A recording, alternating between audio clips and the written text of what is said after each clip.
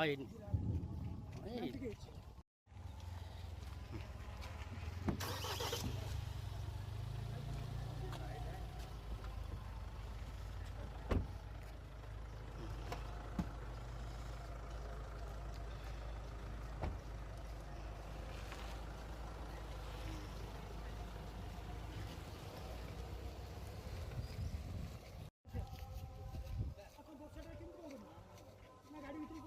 ସେଟା ବିଚିତ୍ରପୁର ପଞ୍ଚାୟତରେ ବାଣପୁର ସ୍କୁଲରେ ଗୋଟେ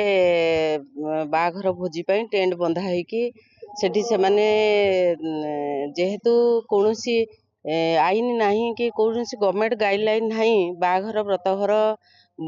ଭୋଜି ଭାତ କରିବା ପାଇଁ ସରକାର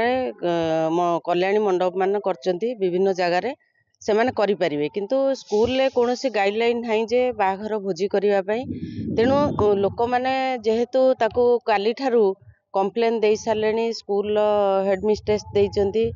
ଥାନାରେ କେସ୍ ଦେଇଛନ୍ତି ଆଉ ମୁଁ ମଧ୍ୟ 3 ଦିନ ହେଲା ବନ୍ଦ କରୁଛି ଲୋକମାନଙ୍କର ବହୁତ କମ୍ପ୍ଲେନ୍ ସେଥିପାଇଁ ମୋ ପାଖକୁ ଅଭିଯୋଗ ଆସିଲା ପରେ ମୁଁ ଏସପି କଲେକ୍ଟର ଡିଓ ସମସ୍ତଙ୍କୁ ଏ ବିଷୟରେ ଅବଗତ କରେଇଛି କଲା ପରେ ମଧ୍ୟ ସେ ଲୋକ ମାନିବା ପରିସ୍ଥିତିରେ ନାହିଁ ଯାହାକି ସେ ଆଇନକୁ ଅବମାନନା କରୁଛି କି ତାର ସେ ଦେଖୁଛି ଯେ ପ୍ରଶାସନ ନିଷ୍କ୍ରିୟ ଭାବିକି ସେ ତା କାର୍ଯ୍ୟକ୍ରମ କରୁଛି ମୁଁ ବି ଅନୁଭବ କରିପାରୁନାହିଁ ତେଣୁ ମୁଁ ଥାନାକୁ ଯାଇଥିଲି ଥାନାରେ ପହଞ୍ଚିଲେ ଆଇଏସ୍ ନଥିଲେ କୌଣସି କାମରେ ସେ ବିଞ୍ଝାରପୁର ପଳେଇଥିଲେ ଏସଡିପିଓଙ୍କ ପାଖକୁ ଯାଇଥିଲି ସେଠି ମଧ୍ୟ ସେ ନଥିଲେ ତେଣୁ ମୁଁ ଏସପିଙ୍କ ପାଖକୁ ଆସିଥିଲି ସେ ବିଷୟରେ ଆଲୋଚନା କରିବା ପାଇଁ ଏସପି ପ୍ରତିଶ୍ରୁତି ମୋତେ ଦେଇଛନ୍ତି ଯେ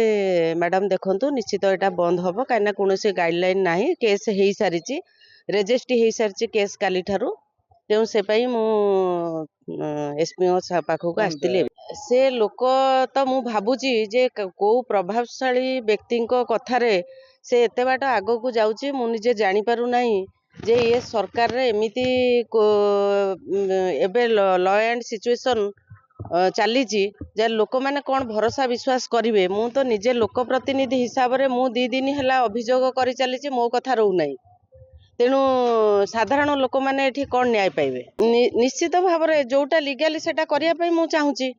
ମୁଁ କୌଣସି ଇଲିଗାଲି କଥା କହିବା ପାଇଁ ପ୍ରଶାସନକୁ ଚାହୁଁନି ମୁଁ ଚାହୁଁଛି ଲିଗାଲି ଯେହେତୁ ଗୋଟେ ବିଦ୍ୟାଳୟ ସେଠି ଗୋଟେ ଆମେ ତାକୁ ପବିତ୍ରତା ସେଠି ଥାଏ ଯୋଉଠି ଯାହାକୁ ଆମେ ମନ୍ଦିର ବୋଲି ଭାବୁଛନ୍ତି ଯୋଉଠି ଶହ ଶହ ପିଲାଙ୍କର ଭବିଷ୍ୟତ ଗଢ଼ାଯାଏ